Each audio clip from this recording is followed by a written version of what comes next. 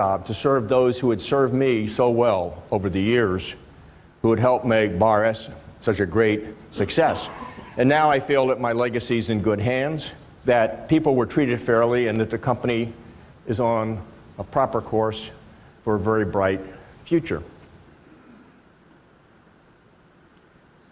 You know, we Marines, we put the interests of others before our own. We look after our people. That's ingrained in us. Now, let me give you another example that you'll recognize. Like most companies, organizations, we had a number of large meetings every year. National sales meetings, symposiums for senior management, product launches, stockholder meetings. A number of functions, usually held in hotels or convention centers, involving several hundred people, and many of the meals were served buffet style. And the serving staff always knew who I was, and invariably they would come to me and ask me to go to the front of the serving line and start the serving process. Guess what? I'd never do that, right? I always went to the end of the line and always waited till everyone had been served. Officers eat last. There was very little chance that these venues were going to run out of food, right? Occasionally I'd see something running low and I'd point it out and I'd get that fixed. And all of our people ultimately recognized that pattern. They knew that I was always going to go to the end of the line. And I think some of them understood and appreciate the symbolism, not all of them, but some of them understood the symbolism and the principle behind that, even though it really isn't a civilian concept. Very few companies will a CEO go to the end of the line. So what? I understood the principle. I understood the symbolism. That's still the Marine, still in me. And why don't we show that picture of the 12 stars. And Chris, can we pull it up, please?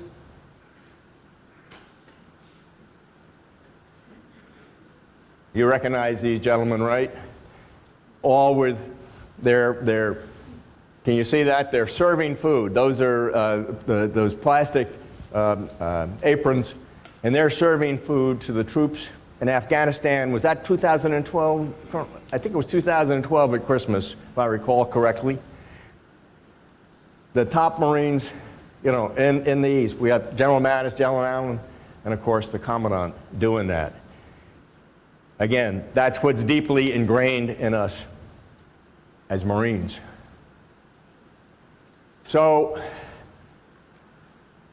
Marine leadership training was deeply ingrained in me as a young man, and I am most grateful for that. I think it had a lot to do with how Bar S, how my company, was able to handle some very difficult situations effectively.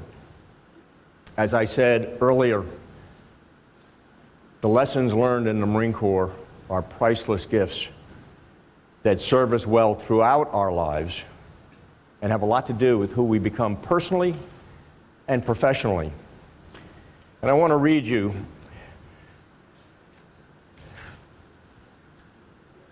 I guess I can take that off, Colonel, and turn the lights back up.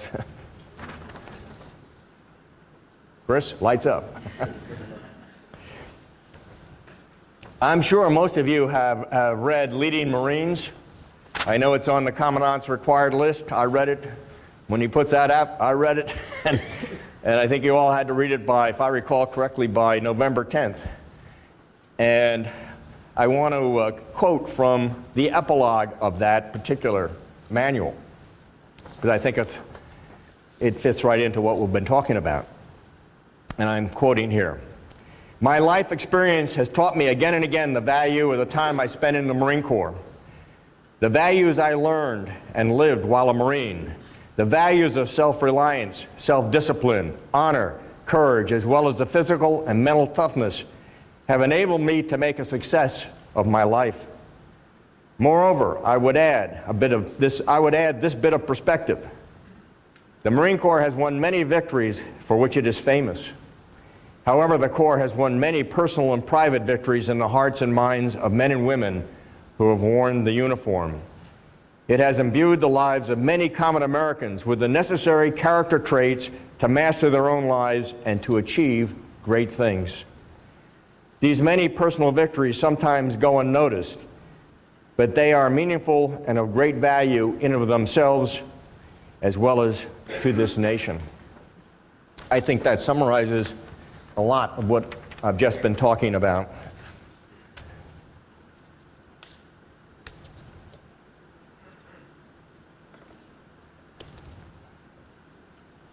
Well, let me shift gears here for a second.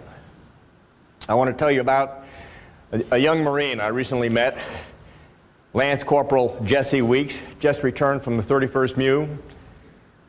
And before he shipped out, he had met this really charming, beautiful young girl named Allison. And they'd had a couple of innocent dates, but the attraction was strong. And so they corresponded on a weekly basis while he was on deployment for those 7 long months. And as soon as he got back to Camp Pendleton, he called Allison. And she excitedly told him that this Friday was going to be her 18th birthday. And her parents wanted him to come to dinner so they could meet him. Well, of course, you can understand her parents being a bit concerned about their young, sweet daughter going out with this Marine. But Allison went on to say, and Jesse, I want to give you a very special gift to celebrate my 18th birthday. And my parents are going to go away on vacation the next day, so we will have the house all to ourselves for the rest of the weekend. Well, Jesse's heart leaped in anticipation. And so that Friday, he went and bought flowers for Allison and candy for her mother, and then, being a well-trained combat Marine, always prepared for action, he stopped at the drugstore. And he went to the back counter and selected a couple of condoms. And the pharmacist walked over and said, "Is there anything else I can help you with?" Jesse thought for a moment or two and said, "You know, this could be a really hot weekend. You better give me a whole box of those." And so later that afternoon, he goes to Allison's home and gives her the flowers and her mom the candy. And as soon as her father comes home from work, they sit down for dinner. Wide-eyed, Jesse asked if he could say grace. And so they all joined hands. And he bowed his head and closed his eyes and started mumbling, almost in a meditative state. And after several long minutes, Allison kicked him and whispered, said, "Jesse, you never told me you were so religious." Jesse whispered back, "And you never told me your father was a pharmacist."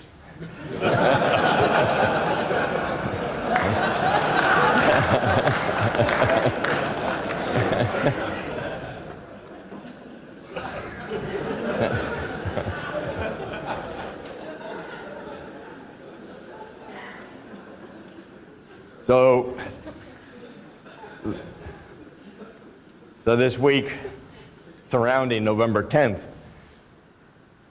we gather in many places to celebrate the 238th birthday of our Corps. And Marines around the world will stand and proudly sing Marine Corps hymn. And in doing so, we pay tribute to those who have gone before us, those who have given their lives, their everything, at places like Belleau Woods, Guadalcanal, Tarawa, Iwo Jima, Okinawa, Incheon, Chosin, Quezon, Way City, Beirut, Fallujah, Najaf, Majar, Helmand Province. The list is long and distinguished. And as part of these ceremonies, we will undoubtedly say Semper Fidelis, or Semper Fi, to each other. Well, those words could be just a greeting, salutation, a kind of high five. Those words can mean a lot of things depending on the circumstance. But when the going gets tough, when your ass is on the line, those words mean you can count on me no matter what, and I know I can count on you. They mean always faithful to the Corps and brother Marines. It's what makes Marines Marines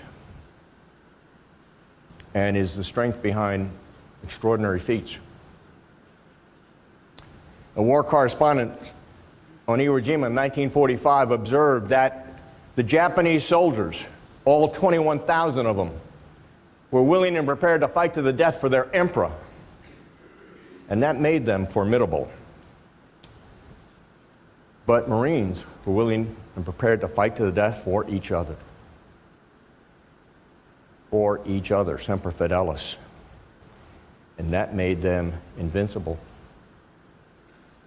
And so with enduring fortitude and unfailing valor, we prevailed in that fierce and brutal battle and made virtually every one of those enemy combatants die for their emperor.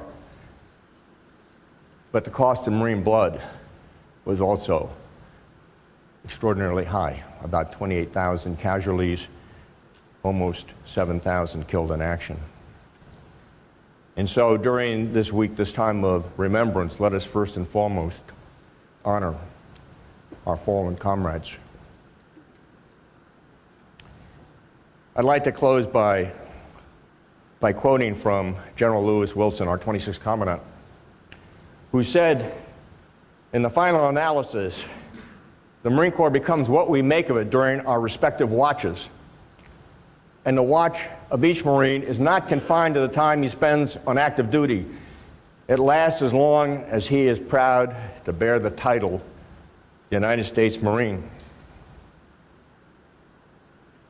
And so, while some of us in this room are not on active duty or in uniform, where it counts most in our hearts, we still bear the title United States Marine. Being part of this special brotherhood is a great privilege. And I know that all of us throughout our lives will proudly proclaim, once a Marine, always a Marine. It's been a great honor for me to be with all of you here at EWS. I salute you, and I'd like to drink a toast to you that goes as follows. The love of a beautiful maiden, the love of a staunch true man, the love of a baby unafraid, have existed since time began. But the greatest of love, the quintessence of love, even greater than that of a mother, is the tender, passionate, infinite love of one drunken Marine for another. Semper Fidelis.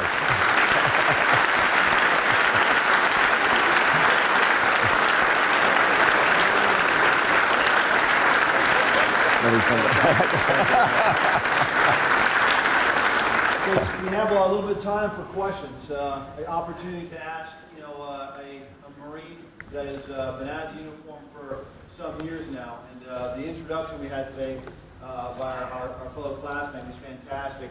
And as you read Tim's kind of autobiography called One Day's Journey, you learn more about him. And from Harvard Business School and beyond, TWA, the transition into eventually into the company he built and then sold in the end. It's a leader that led through many different stages of life. And it's a fantastic book, this autobiography to read, because it also has pictures of Tim growing up in the 60s and the 70s, enduro motorcycles. He had kung fu going on, he had the whole thing. And so it's a very neat story of really hard work, fitness, faith, family, the whole thing, and it's neat. So an opportunity to talk to a leader from a different perspective, and we'll open the floor for questions. This is Dave. Thanks for speaking with us today. I understand you're a Paradise Valley resident? Are you? No, I'm not. Yes, I am. I'm not a resident there. I have a home there. My residence is in Jackson, Wyoming. Okay. Well, I think it's kind of fortuitous meeting you here. My first job after college was actually right next to the Bar S headquarters on 40th and Camelback in Phoenix. Is that right? Right. So, you know, my first gig wasn't, going to combat or leading Marines, but was doing some sort of analysis for Cityscape and some of the developers there. My question is related to unemployment. Bar S is a very large employer in the U.S. And one of the troubling issues for us right now in the United States is the unemployment rate among vets. Very high. And, there's been a history of that, but, it continues. So after years of war, and these men and women honorably serving their country, they're left with, unemployment, financial issues, other stressors that they don't need. One of the big things that would help is just a job. So what are, members of the greater Phoenix Leadership Association or other, business leaders such as yourself and Bar S, doing, or what would you recommend to reduce the rate of unemployment, get these men and women to work? Well, we do. It's a good question, and we do try to hire veterans whenever we can. We don't have a tremendous amount of turnover in what I would call our management jobs. We do have a lot of turnover in our factories, and so for certainly some of our enlisted personnel being line supervisors in our factories, those opportunities are there, but there aren't a lot of people in Oklahoma, frankly, that are. Oklahoma has a pretty low unemployment rate. We have trouble staffing our lines in Oklahoma, to be honest with you. And most of our employees, all